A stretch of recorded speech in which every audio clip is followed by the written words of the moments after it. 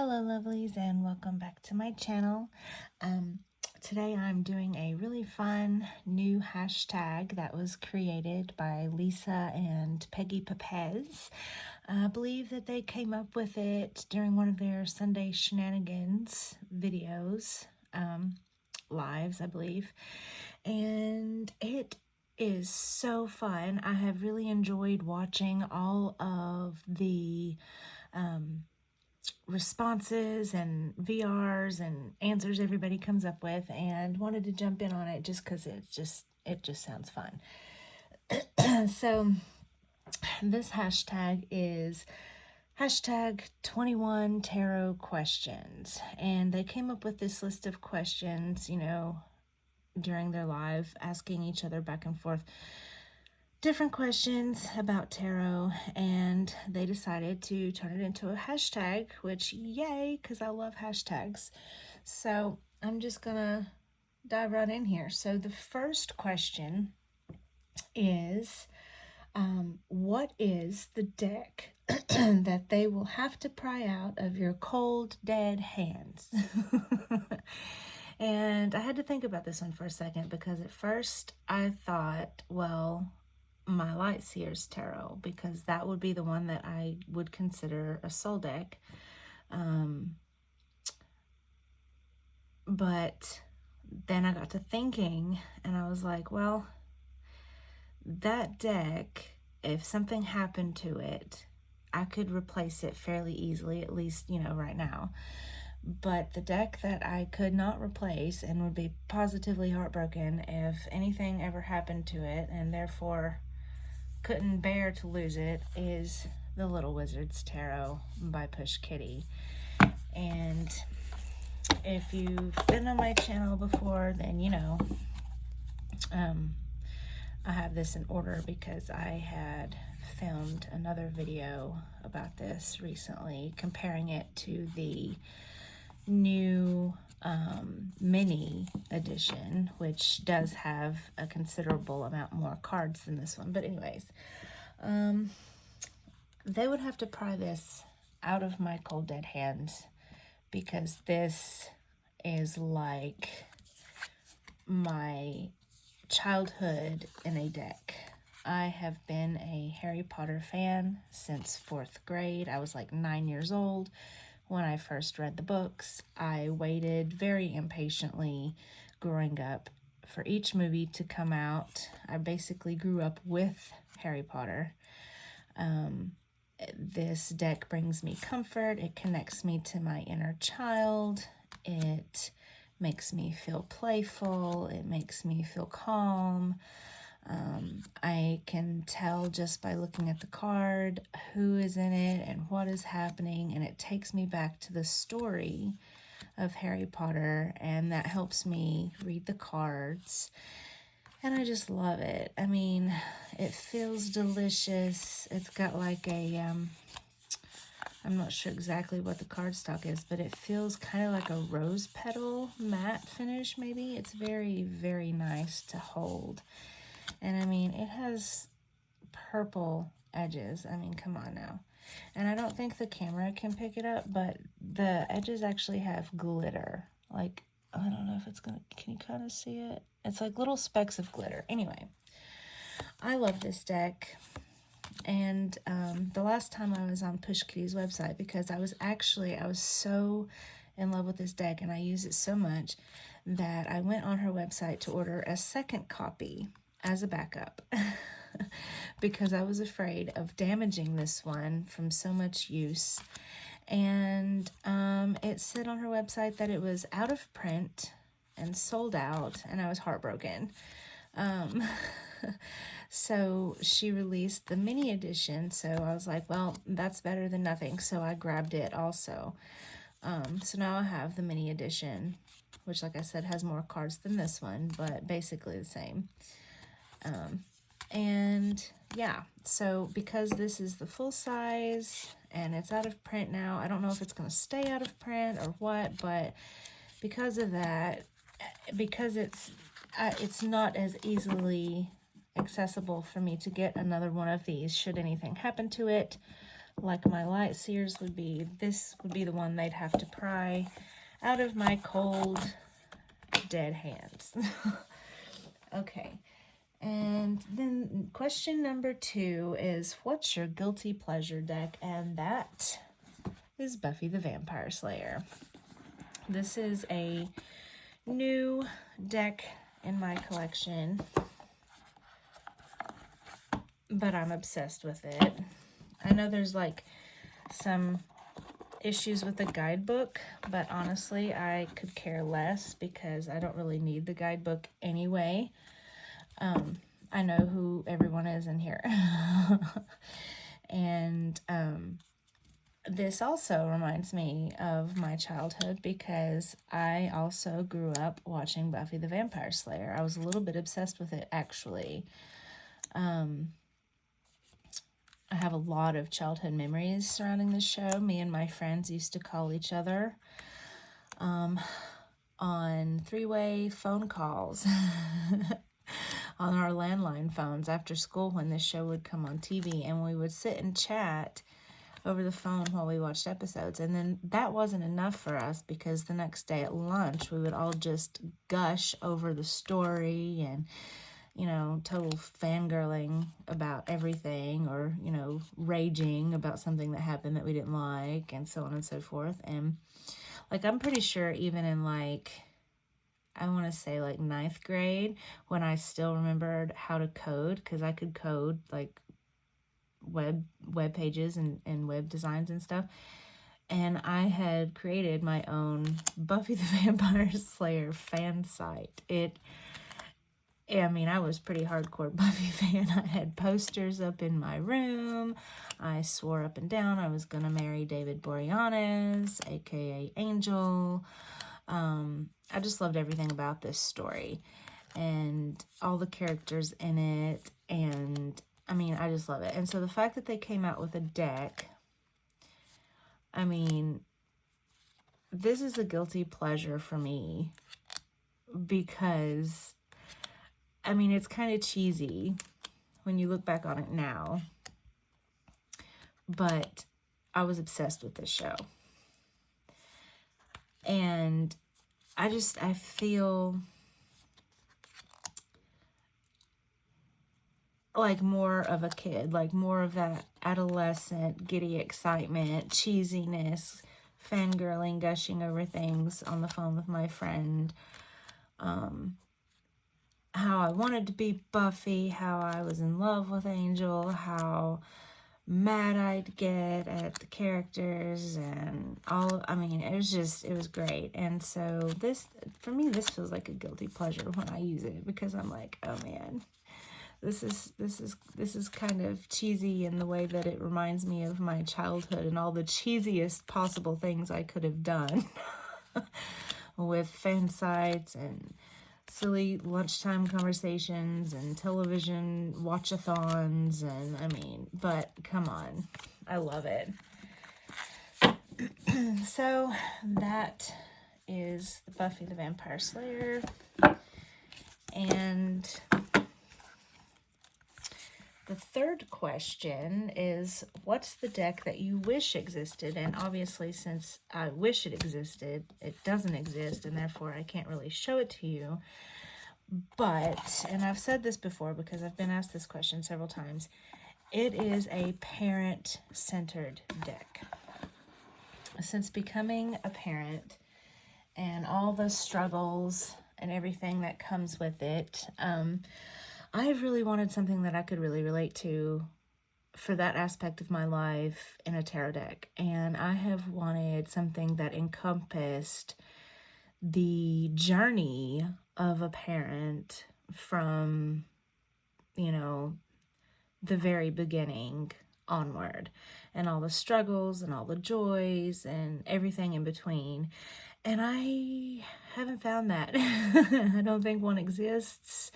And I've seen a few Oracle decks that are kinda-ish parent-centered, but not so much, and not what I'm looking for. So I'm actually in the process of creating my own tarot deck that is basically parent themed, you know, and it's probably going to be a long process, and I don't know how long it's going to take, but I don't want to wait around on someone else to make one and then possibly be disappointed because it doesn't have everything I had hoped for in it. So I'm just going to do it myself.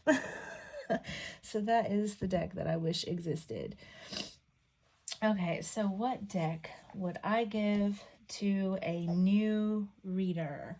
And that would be the Neoteric Feminine Tarot in the keyword edition. Now, I actually have both editions of this. I have the keyword and the full resolution. Beautiful. It's divine to shuffle also, but if I was giving a deck to a new reader, I would give them this one because it has the traditional RWS symbolism and style to it, but it's set in modern times, and it has the keywords up on the top for someone that's just trying to start out and just learning. And then again, if you flip it over, it has the keywords for the reverse meanings on it also. So it gives a new reader the chance to learn the RWS system, but maybe in the artwork they would see something that's more relatable, and they'd also have the keywords here to help guide them. And I think that that would help someone just starting out a whole lot. And true, there are very few men in this deck because, like I said, it is Neoteric Feminine Tarot. It is feminine energy based. I think the only men in it are in the Lovers card maybe, and in the Devil card maybe, I think. But I love it. It's beautiful. Very relatable, modern day artwork. It's diverse. It's... I love the pastel colors. I mean, look at that.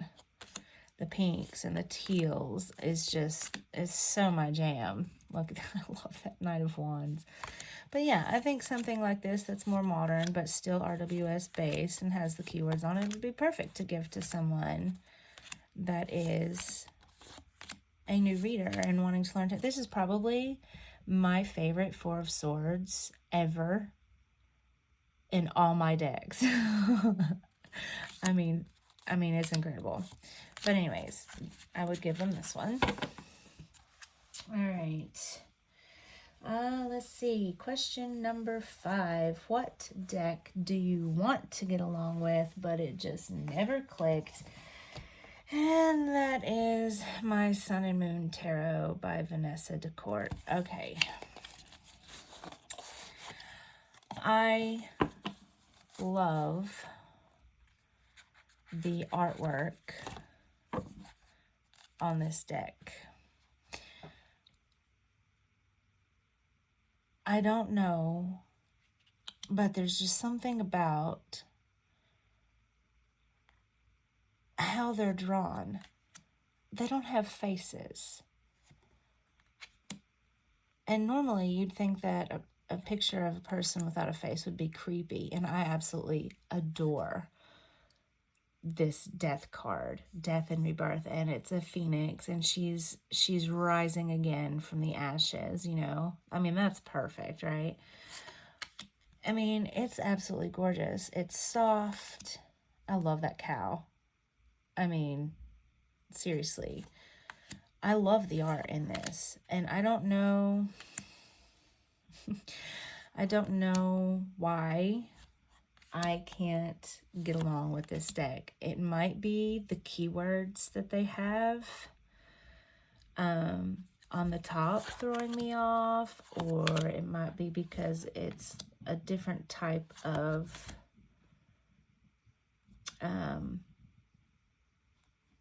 deck than what I'm used to. I love the dolphin. I'm not sure what it is about it that I struggled to read with it like I did. I could not connect to it.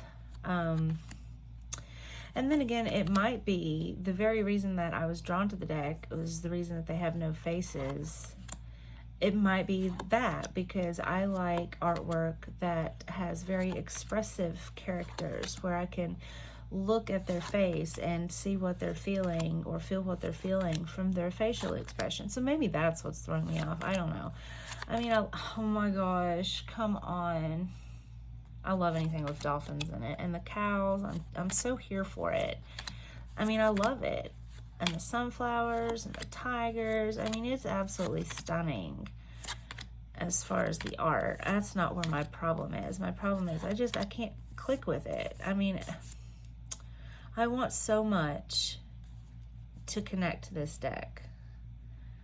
I want so much for us to get along, but it's not happening.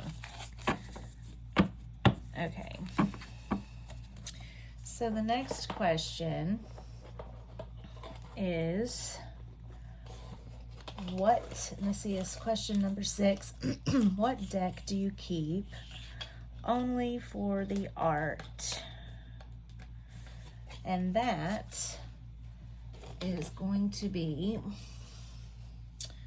my Tarot Grand Lux by Ciro Marchetti. Alright. Now, this deck, it's fun to read with for the artwork, okay? It's quirky. It's something so elegant about it. I think this is such a classic looking, elegant deck, right? But every time I've read with this deck, I've had issues. It's like the readings don't make sense to me. Kind of like with the Sun and Moon Tarot. But look at that. Isn't that absolutely gorgeous? I mean, I love it. It's got like this fantasy world type of feel to it, right? I mean, look at that. And that's gorgeous. They're all gorgeous. And I keep it for the artwork mostly because every time I try to read with it, I end up getting mad at it, okay? I end up getting mad at it because it never answers my questions in a way that makes any sense to me. I love this. I mean, I don't get it. I don't get why I can't read with this. Like, why am I not getting along with this deck? It is beautiful. Oh, look at that. That 10 of Cups with that cat just living its best life and them all snuggled up by the fire. Even the mouse is having a good time. I mean, I don't understand. And I love how in the 8 of Wands, the wands aren't just going sideways. It's coming right at you, right? Like, it's getting ready to hit you right in the face. I love it. Like, it's stunning. It's gorgeous artwork. But every time I read with it, I get so mad and so frustrated that I end up just getting so mad. I put it away and I don't use it again for months.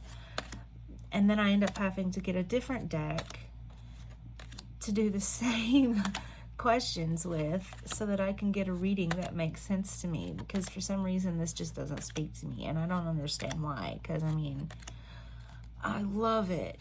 And sometimes I'll just get it out like this and just flip through the cards just because I like to look at it. I mean, it has dragons even.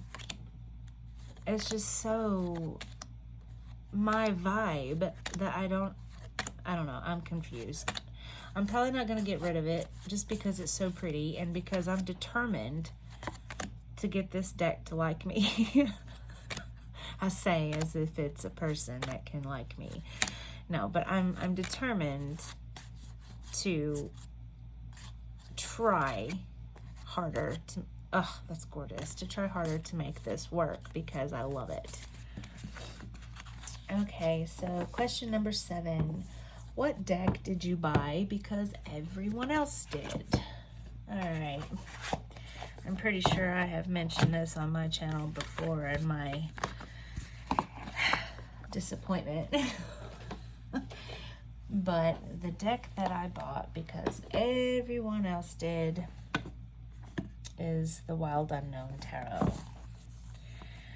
I got this when I first started out on my tarot journey. And I mean, like, first started out. Like, this was probably my third or fourth deck. I was still learning the tarot system. And this was everywhere. I mean, I saw it everywhere. Everyone was obsessed with it. Everyone was gushing over it, talking about how wonderful it was. And I fell for it because, number one, it had animals in it, and I love animals. And number two, it has rainbow colors in it. Okay, now sure, there's cards like this where there's no color, but then there's other cards, see, where there's all kinds of color. And like even the edges, like on this one, is rainbow, and I love that. I was like, sure, everybody, you know, swears up and down by this deck. I'll get this deck, and I'll love it too. Wrong, so wrong. I think I messed up in getting it as early as I did in my tarot journey, because I feel like if I had gotten this later on, when I was more familiar, I love that, with the tarot system and the meanings of the cards, then I would have felt more comfortable with it. The cards are very, very pip, you know, pippish cards, and because it's animals, which I thought would be a positive because I love animals, apparently I struggle with animal decks a lot of the time, because I like to see human emotion, you know, in a card, like I mentioned earlier, and this makes it difficult for me. And I would get this out and I would try to read with it, and I was just, I mean, crickets, absolute crickets. I wasn't getting any hints. I'd have to look in the guidebook, you know, for literally every single thing to try to make any of it make sense, and that's frustrating for me. And so yeah, I got this because everybody else did, but I've only read with it a handful of times, and that was years ago. And to be perfectly honest, I hardly ever pick it up. I'll pick it up every now and again to look at it, but it's not in my main rotation of cards, let's put it that way. And I'm hoping that maybe one day I'll get over, you know, my rushed buying decision, my FOMO decision that I made, and I'll sit down and take the time to actually get to know it. And now that I'm a lot further along in my tarot journey and I'm familiar with the card meanings now, maybe I can be able to read with it. Okay, question number 8. What deck is over your head or just baffles you? And for me, that is going to be the Viking Oracle by Stacy DeMarco. And this, I mainly got this for my husband, because he studies and follows a lot of the Norse traditions and whatnot. And I thought, well, it would be cool to get an oracle that I could read for him, right? I don't know runes, okay, because this is not my wheelhouse, okay? I am not Viking. I don't study Vikings. I don't worship Norse gods, none of that, right? So this does not compute with my brain, okay? I don't know these words. I don't know these runic symbols. I don't know these characters. So when, I mean, I know this one, but come on, who doesn't really? And so when I get this, I'm just so in over my head. Like, what are they talking about? Like, what? I mean, it's like I'm literally looking at a foreign language and trying to decipher it. Like, you might as well put Egyptian hieroglyphics up in my face and say, here, read this, because that's about as far as I get with this. So I save this solely for readings for my husband when he asks for one, and I 1000% have to use the guidebook. There is nothing intuitive about this for me. I'm getting 0 intuitive hits.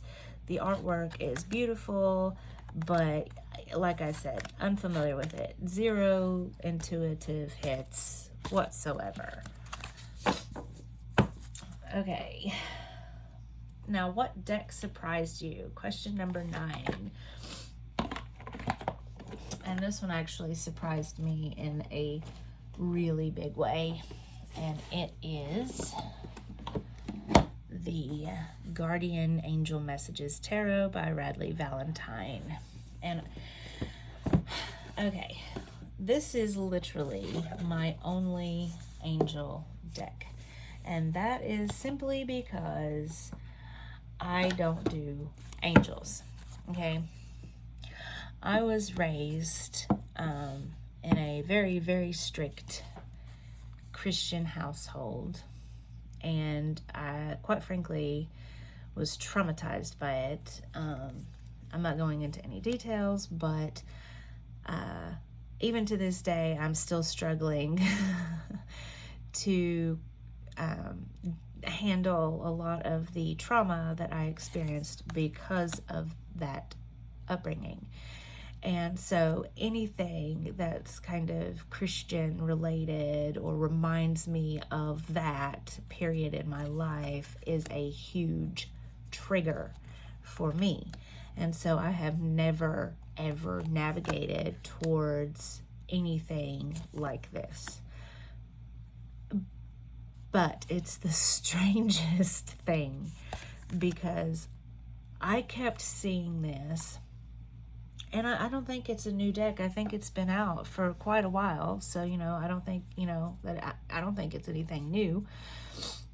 But for some reason, it was popping up everywhere. It was popping up in my social media feeds. I was seeing it first and center when I would walk into the stores to find a new deck. And this right here is probably the most relatable card I have ever seen. I can feel this card. I feel her exhaustion. I feel her struggle. To me, this is the perfect 10 of fire or 10 of wands. And this is what I'm talking about. Like, this I could see in a parental focus deck, like this. Too stressed, okay? You're not in balance. You're overworked. You're exhausted. The dishes are piling up, Everybody's asking for something from you, and you got nothing left to give for yourself, I feel this. And I saw this card and I cried. It hit me with an emotional punch to the face, okay? And a few of these other cards I kept seeing, and I would see them in like shorts on social media and posts, and I would see them in Facebook groups, and I'm like, why is this deck haunting me? Why is it following me? What is it about this? And so I think it's Hay House. Is it Hay House? I don't know. Maybe. Anyway, the publisher of this deck was having a sale online, and it was there, and this happened to be on sale, and I'm like, you know what? Okay, universe, I get you. I get you. And I got it, and then I got it in, and it was such a shock to me how much I love this deck, how much I connect to this deck. And I even don't mind the keywords on the tarot. Normally, I don't like keywords on tarot now that I'm more comfortable with the cards and I know the meanings for myself. but I don't mind it on these. And I don't mind that there's angels everywhere. I don't mind it. It's not triggering me like literally everything else angel related triggers me.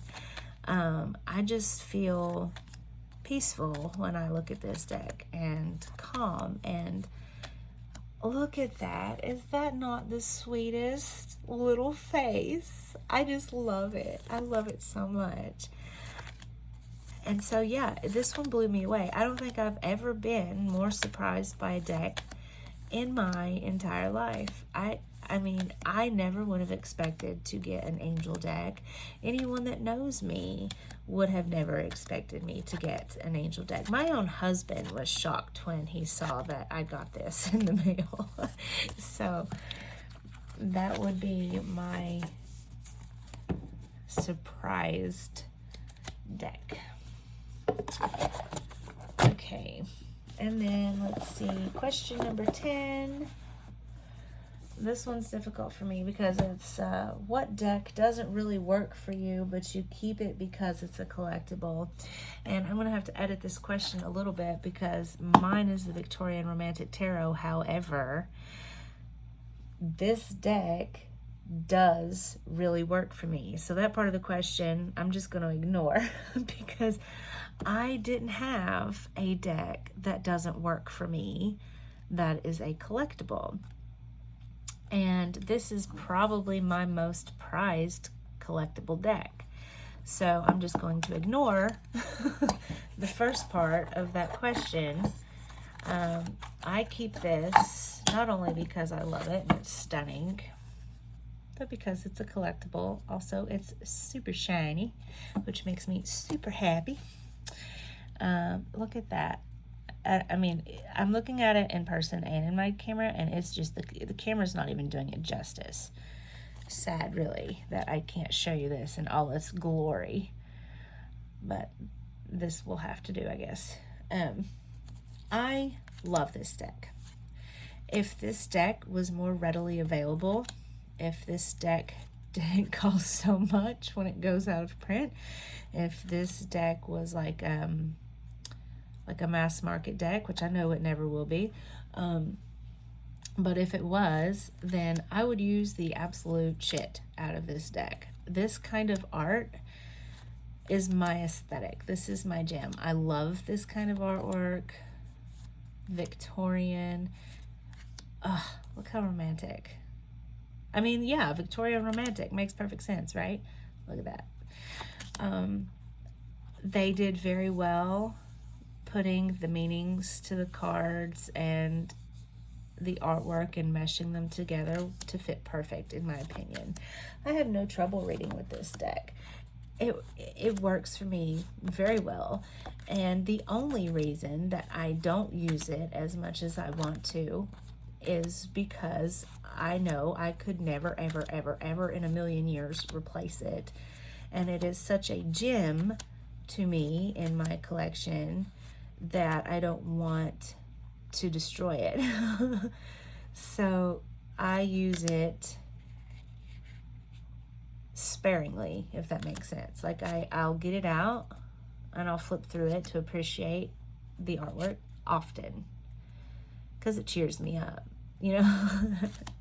But I will only use it for readings on occasion because I really don't want to destroy it, because it is a collectible and I do love it so much.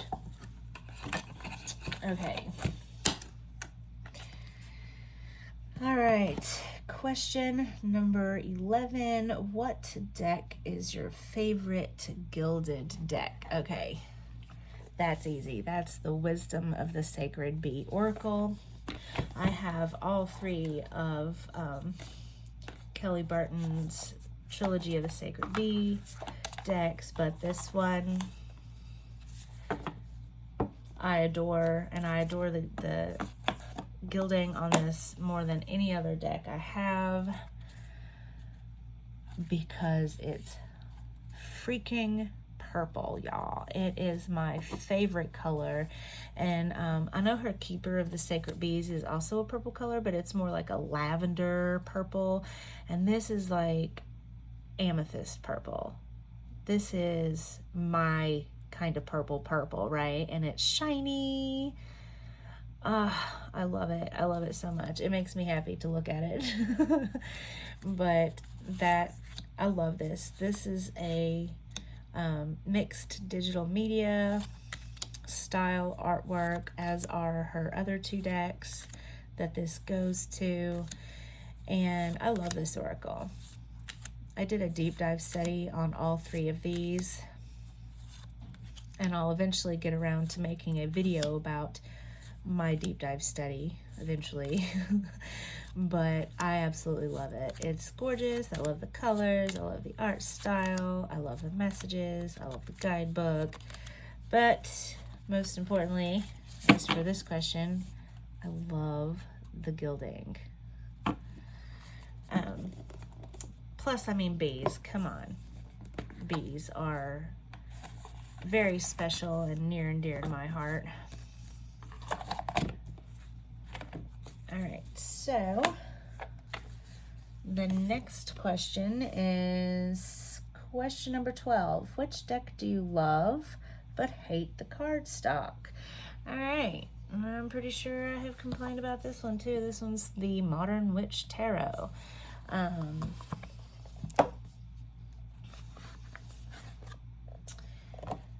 And I love the art. It's beautiful. It's diverse. Again, it is a feminine energy centered type of deck. It is classic RWS, so it's easily readable, but it's also in a much more modern style. I like the color palette. I think it was done extremely well, right? But I can't shuffle this deck. I mean, I can, but I hate doing it. I have small hands, right?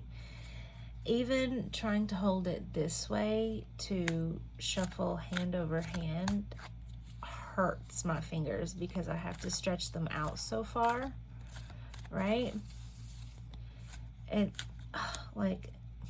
And see, I have problems with my arms and hands anyway, due to some nerve damage, but this just makes my life even harder because it's uncomfortable. It hurts. And she's so thick, I can't even, like, this hurts. I can barely get my finger here, and then it's pulling all these other fingers, and it's hurting, like the cards are cutting into me. And look, I am trying very hard to put a bend in this. It will not bend. This cardstock is, I mean, it's stiff. It's stiff and it's hard and it's unwieldy, and I freaking hate it, okay? I love the artwork. I hate the cardstock. If they came out with this deck in a different cardstock, then I would 100% get it and use it. But actually, the deck that I've got in my collection that kind of fills this space for me now, it's one of the ones that I mentioned, but it's the Neoteric Feminine Tarot, this one, but the full resolution. Okay, now look, I just want you to see here, okay? Do you see this? Look at the difference. Okay, they're about even right there. Look how many more cards thick this is than this one. It's ridiculous. It's ridiculous. And this is also a feminine energy centered deck. It is also a Rider-Waite-Smith art style deck. It is also a modern take on the RWS. So the Neoteric Feminine Tarot hits all the boxes for me. Okay, the artwork is gorgeous. It's feminine centered. It's modern RWS. I mean, this one, okay, look, hold on.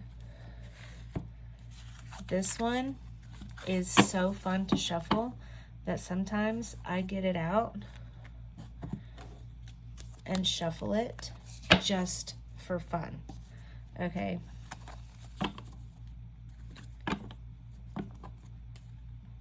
Look at that bend. And I'm not even using my thumb or my forefinger or nothing. That's just, see that? And it riffles like a dream. It is so easy to shuffle, so easy to hold. So this has really taken the place in my collection of the Modern Witch Tarot for that reason. So, like I said, if they ever came out with a different version of this, where the cardstock was considerably better and more manageable for me, then I would repurchase it. But as of right now, I don't need it because my Neoteric Feminine has filled that spot. But I love the artwork. So, you know, it is what it is, I guess. All right, let's see. What deck gives you the willies? Question number 13. And that is my Hieronymus Bosch tarot. Now this tarot system goes a little bit, okay, not a little bit, a lot of bit, straying from the RWS. Okay, he kind of created his own thing here when he made this deck. Beautiful, beautiful, love it. But this is all artwork.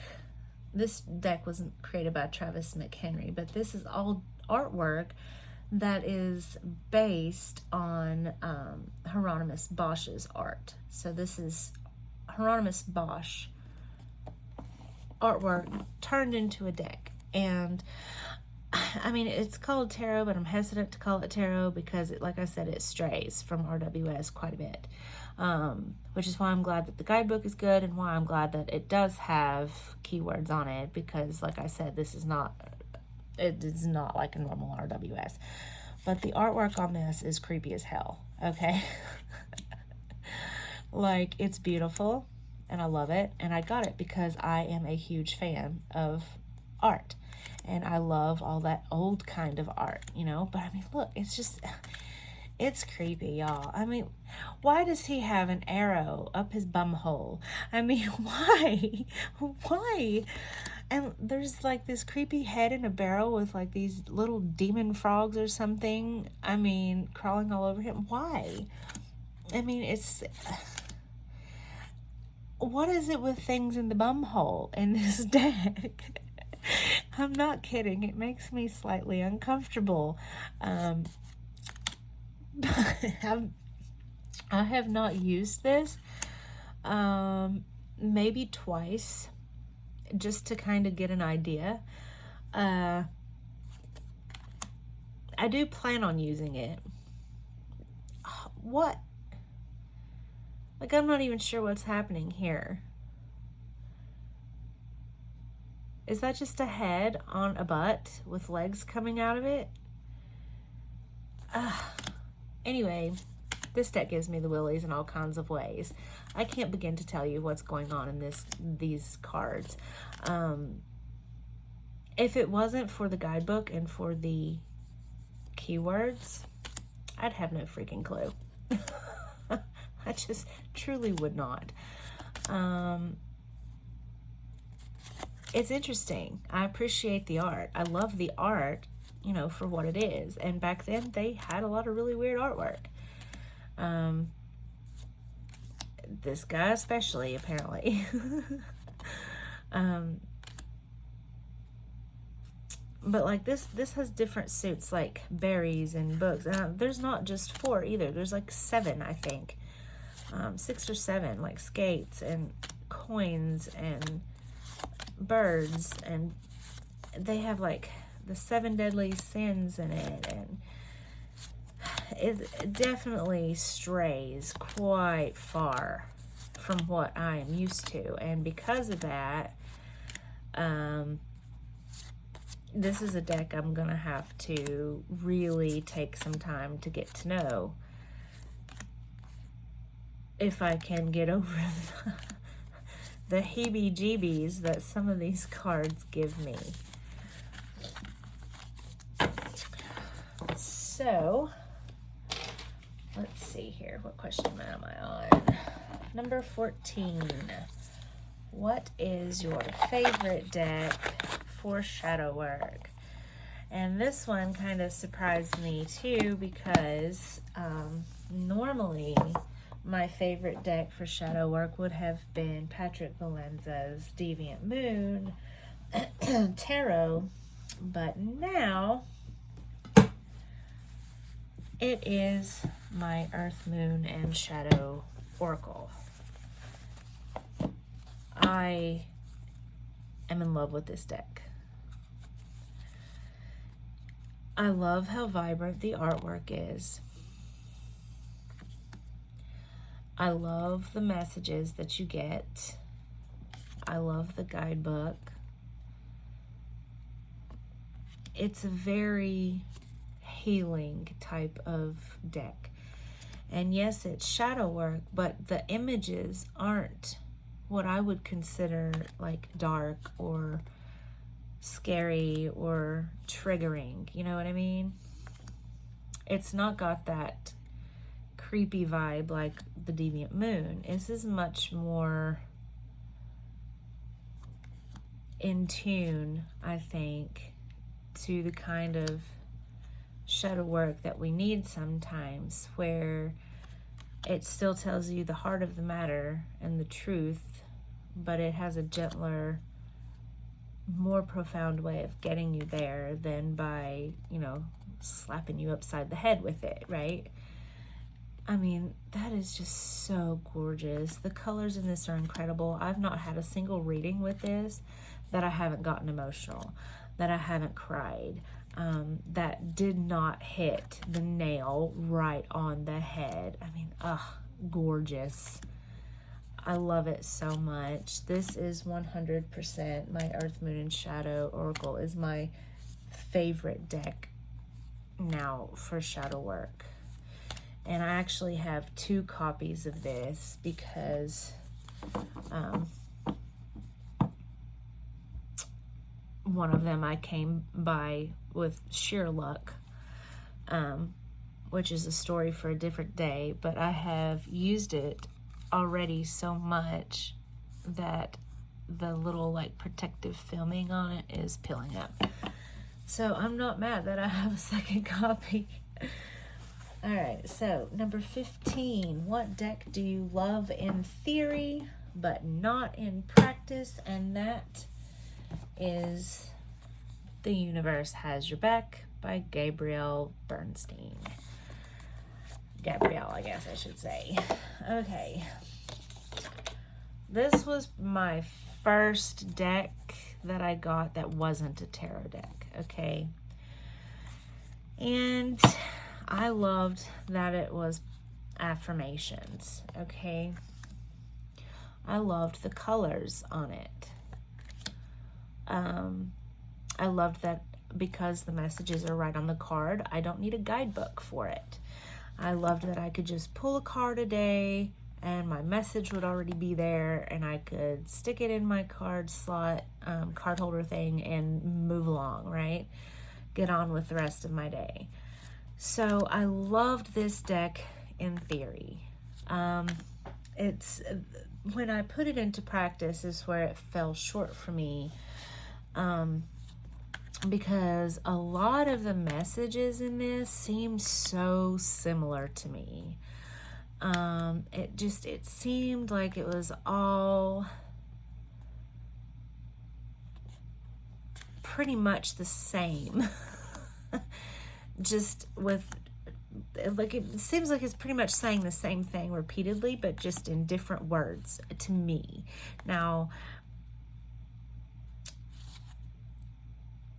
I'm not saying that to down the deck or bash it in any way, because I'm sure there are people out there who love and adore this deck, and it really just scratches their itch for them, but not for me. And maybe it's just because I'm not that big on affirmation decks. At least I don't think I am. This is the only one I've ever had, but this one has put me off from buying any other affirmation decks, because I mean, and a lot of the messages just fell flat. Like, there's nothing sexier than my authentic truth. Like, what? Like, I don't know. Like, I understand that it's trying to get across that being yourself and being authentic is sexy. There's a good amount of confidence in that, right? And being who you are and not being afraid to show it, that's confident, and that confidence is sexy. I get what it's saying, but I don't know. It's just something about how it comes across. I don't know if I'm saying this right. It hits me the wrong way. That's all it is. I honor how I want to feel. I mean, yeah, it's an affirmation deck. It just never did it for me. I would pull one out and I would put it up and I would repeat it throughout the day when I'd walk by and see it. And it really didn't do it for me. So, yeah, maybe affirmation decks just really aren't my jam. I've considered several times rehoming this one just because I don't think I'll ever pull it out again. But anyways, all right. The next question, I'm gonna have to get this out. Oh my goodness. Okay. The next question is, what deck would you never use to read for someone else? And I keep it in this special little box that I made. Hold on, and it is my Tarot of Oneness. Okay. Let's see. I'll put this back over here. Alright. I love this deck. This is my personal deck. I think this is pretty much the only deck that I would never, ever, ever consider using for anyone else. Ever. Because this deck feels so personal to me. This deck puts me in this card. I am in this card. I am Temperance right now. I have 1 foot in the water and 1 foot on the earth. I mean, I am the Action of Cups, the Knight of Cups, if you will. I am walking down this path with the beautiful trees in bloom on my horse, right? I love the perspective that you get. I am the goose with the golden egg in this card. I am the person struggling to pull this big ass boulder up this freaking hill. Okay, like, even when you're in the animal cards, it still puts you in the perspective as if you're one of the animals. And I love that it has the animal energy mixed into it. Like the Magician, look, power's in my hands, right? I love it. I love how it puts you in the card. It's letting you experience that moment. You are petting that bear. You ain't afraid of that bear. You can go right up and pet it. I mean, that's how it makes me feel. And I have such powerful readings with this deck. this deck feels, I have said this before, but I'll say it again. If there was ever a deck that would knock the Light Seers Tarot out of its space as being my soul deck, as being the one deck that I don't think I could ever live without, it would be this one. It would be the Tarot of Oneness. And if I ever get a chance to get a second copy of it, I'm going to jump on it, because I love it that much. And I know I'm inevitably going to wear this copy out. But yeah, and come on, Otters. How can you not love that? But because of the personal perspective that I get thrown into when I use this deck, I can't use this for other people. It feels too personal to me to use it for other people. This is one of my favorite Six of Cups ever. Anyways, that is my very much loved and adored, so much it deserved its own fancy box, Tarot of Oneness. All right, what deck would you never use for yourself? And again, this is a deck I got solely for my husband, and it's Yggdrasil, I believe how you say that, Norse divination cards. I'm not even going to attempt to pronounce his name, so there you go if you were curious. Yeah. I bought this once again because I thought I could read my husband with it, or for my husband.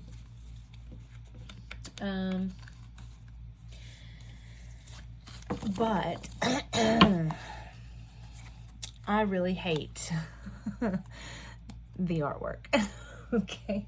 And I'm not saying that it's not from someone very talented. It is. You can clearly see how much line work went into these drawings. I mean, look, you can see like each individual little line, kind of like cross-hatching that they did to create these images. And I appreciate that as someone who is a fan of art and all different genres and forms. However, in a deck, I need color first of all. And I think maybe if these were in color, instead of looking like someone just sketched them with ink pen, then I might be drawn to it more. I don't know, but I think that that has a lot to do with it. This is my only black and white deck. I don't gravitate normally to black and white decks because I'm a colorful person and I like all kinds of color and I like vibrancy. And I don't know, but it seems like when I'm holding a card that's black and white, I feel like I'm lacking something. I feel like this is incomplete. Honestly, especially if the photos are busy, I feel like I don't know what I'm looking at because everything just kind of smooshes and blurs together for me. And it does have keywords, obviously, and there's a crap ton of them. The one thing I will say that I like about this deck is its guidebook. It's a pretty decent guidebook, and it goes into telling you about Norse mythology.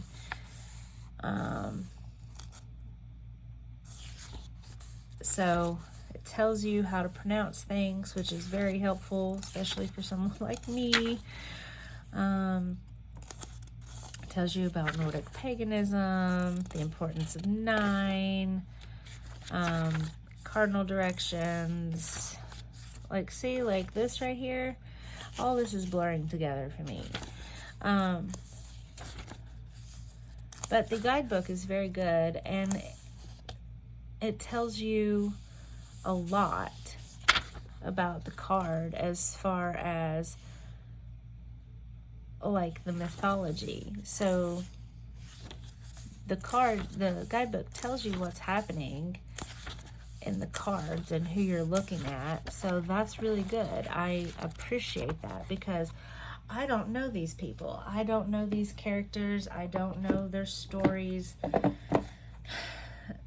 It's much like my other Norse Viking themed deck. I'm completely lost when it comes to this deck, but I would never, ever, ever read for myself with this one just because it's so much not my jam. Okay, so what deck could you not bring yourself to buy? And I can't show you this one either, obviously, because I couldn't bring myself to buy it. And it is the Wisdom of Pooh Tarot. And that's from the creators of the very beloved and dear to my heart Earth, Moon, and Shadow Oracle. And here is my reasoning. Okay, I was obsessed with the Wisdom of Pooh Tarot from the second I saw that she was making it, okay?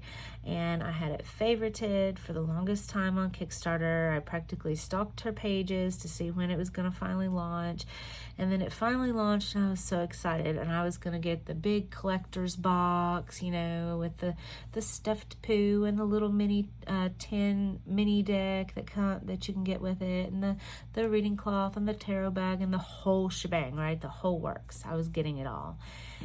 But the reason I ended up changing my mind is not because I wasn't excited and I don't love Pooh. Pooh Bear is very important to me and my childhood, and even with my oldest daughter, I had her bedroom and everything decked out in Pooh when she was a baby.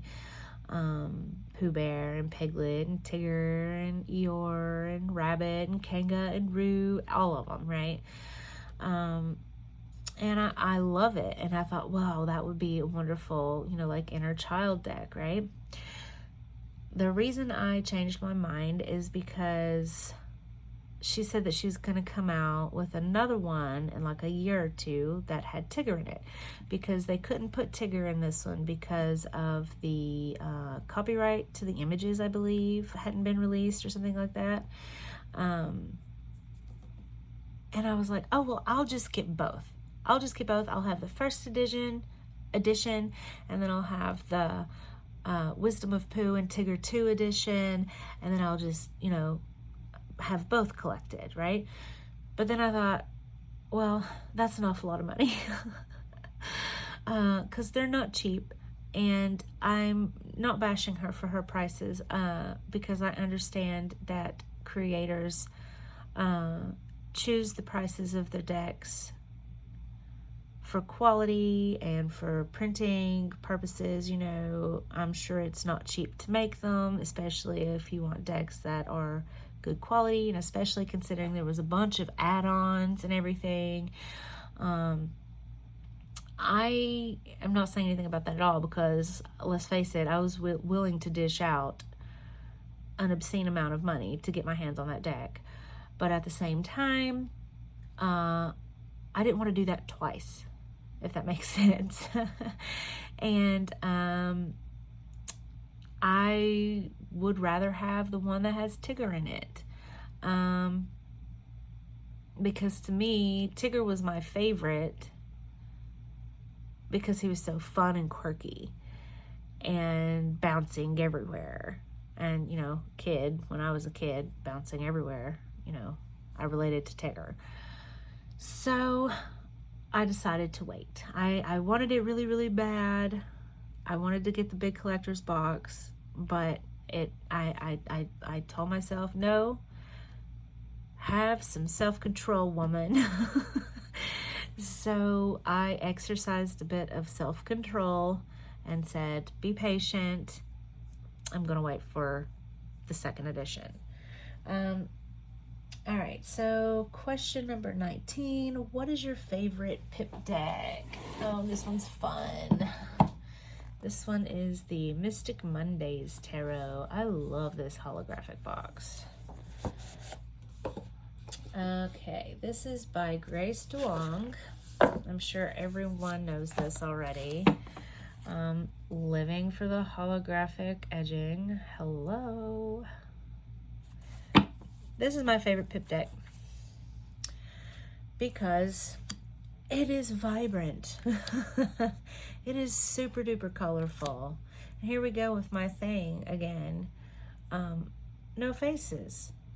They have no expressions. But unlike the Sun and Moon Tarot, I can read with this, which is shocking because it's a pip deck. And when I first got this, I struggled to read pip decks.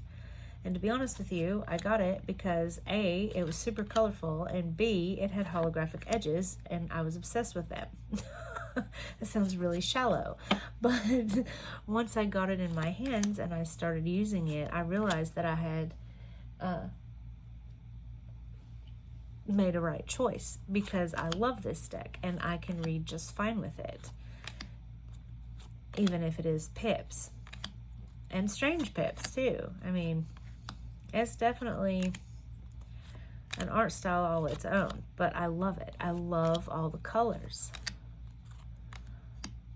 And when they're laid out in a spread together and all these colors and characters are side by side, it is so pretty. It is so pretty. I mean, I love this. See, temperance, balance. It's balancing on the, see, you got this big heavy ball over here and you got all these other little balls, and they're trying to balance out the weight so that this board doesn't fall one way or the other because it's balancing on that ball. Like, I can read with this just fine. Anyway, that's my favorite pip deck. One more time, just because.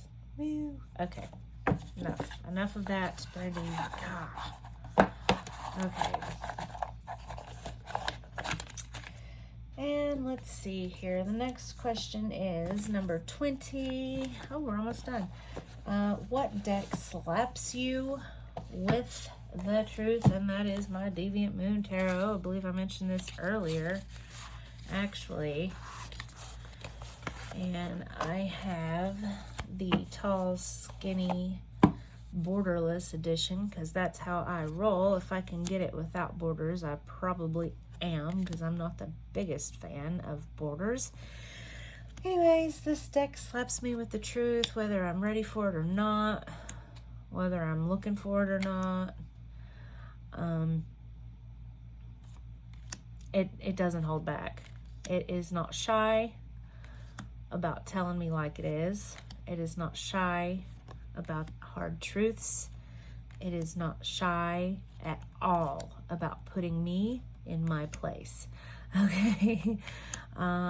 It is very creepy, but I kind of love it. I love its creep factor. I mean, it's just, it's not for everyone. I'm not gonna lie, it's not for everyone, but it's totally for me because it resonates. When I get readings with this, it's almost astounding how potent they are, how on the nose they are, how instantly I understand what they're trying to get across from me. I mean, it's just, it speaks to me. This creepy ass art in all its glory, its freakishness speaks to me. And it slaps the hell right out of me, okay?